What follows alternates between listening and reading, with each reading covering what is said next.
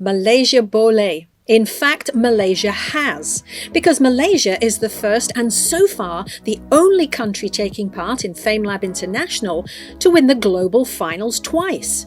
In 2016 by Professor Dr. Abi Veera Kumarashivam and 2 years later with Dr. Siti Khairia.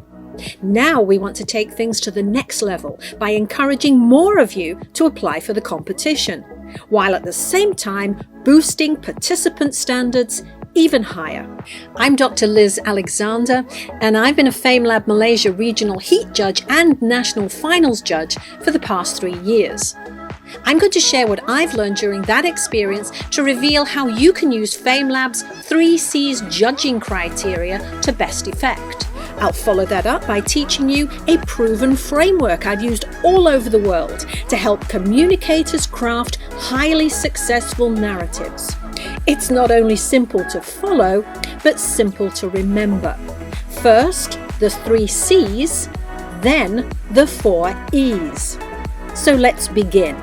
FameLab judges all over the world use the same 3 C's to assess each presentation: clarity, content, charisma.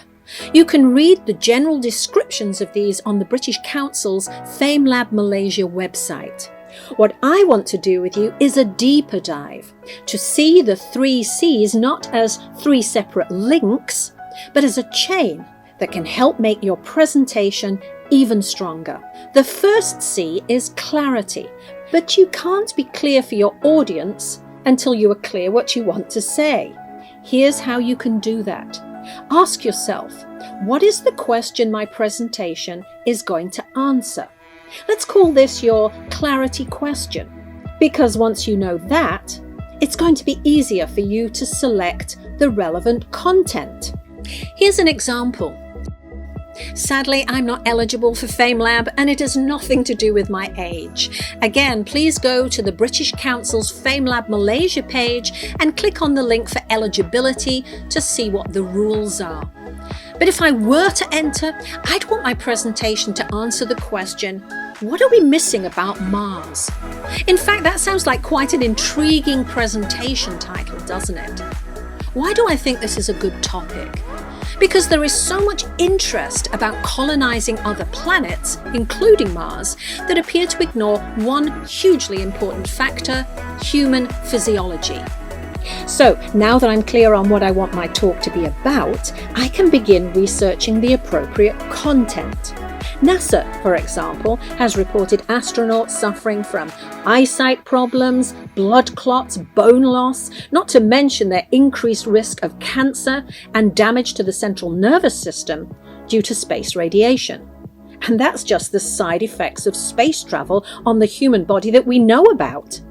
Can you see how my talk is shaping up to cover how the human body behaves in space? Now, before I get to the final C, charisma, let me share with you a quote I use a lot in my work. The single biggest problem in communication is the illusion that it has taken place. Let me repeat that for you. The single biggest problem in communication is the illusion that it has taken place.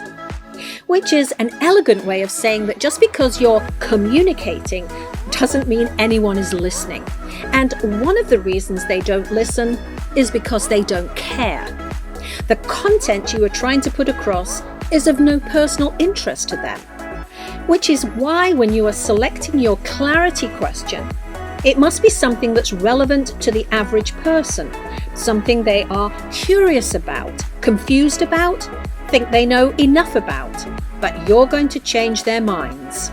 In short, you need to look for a clarity question and content that will spark some kind of emotional reaction in people.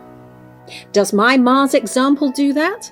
I think so, because of influencers like Elon Musk and Jeff Bezos, who say colonizing Mars is the only way to save our species. And of course, because of the almost 11 million people who signed up for NASA's Send Your Name to Mars campaign.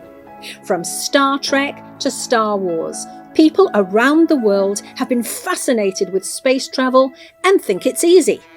It's not. And more people need to know how the body behaves in space.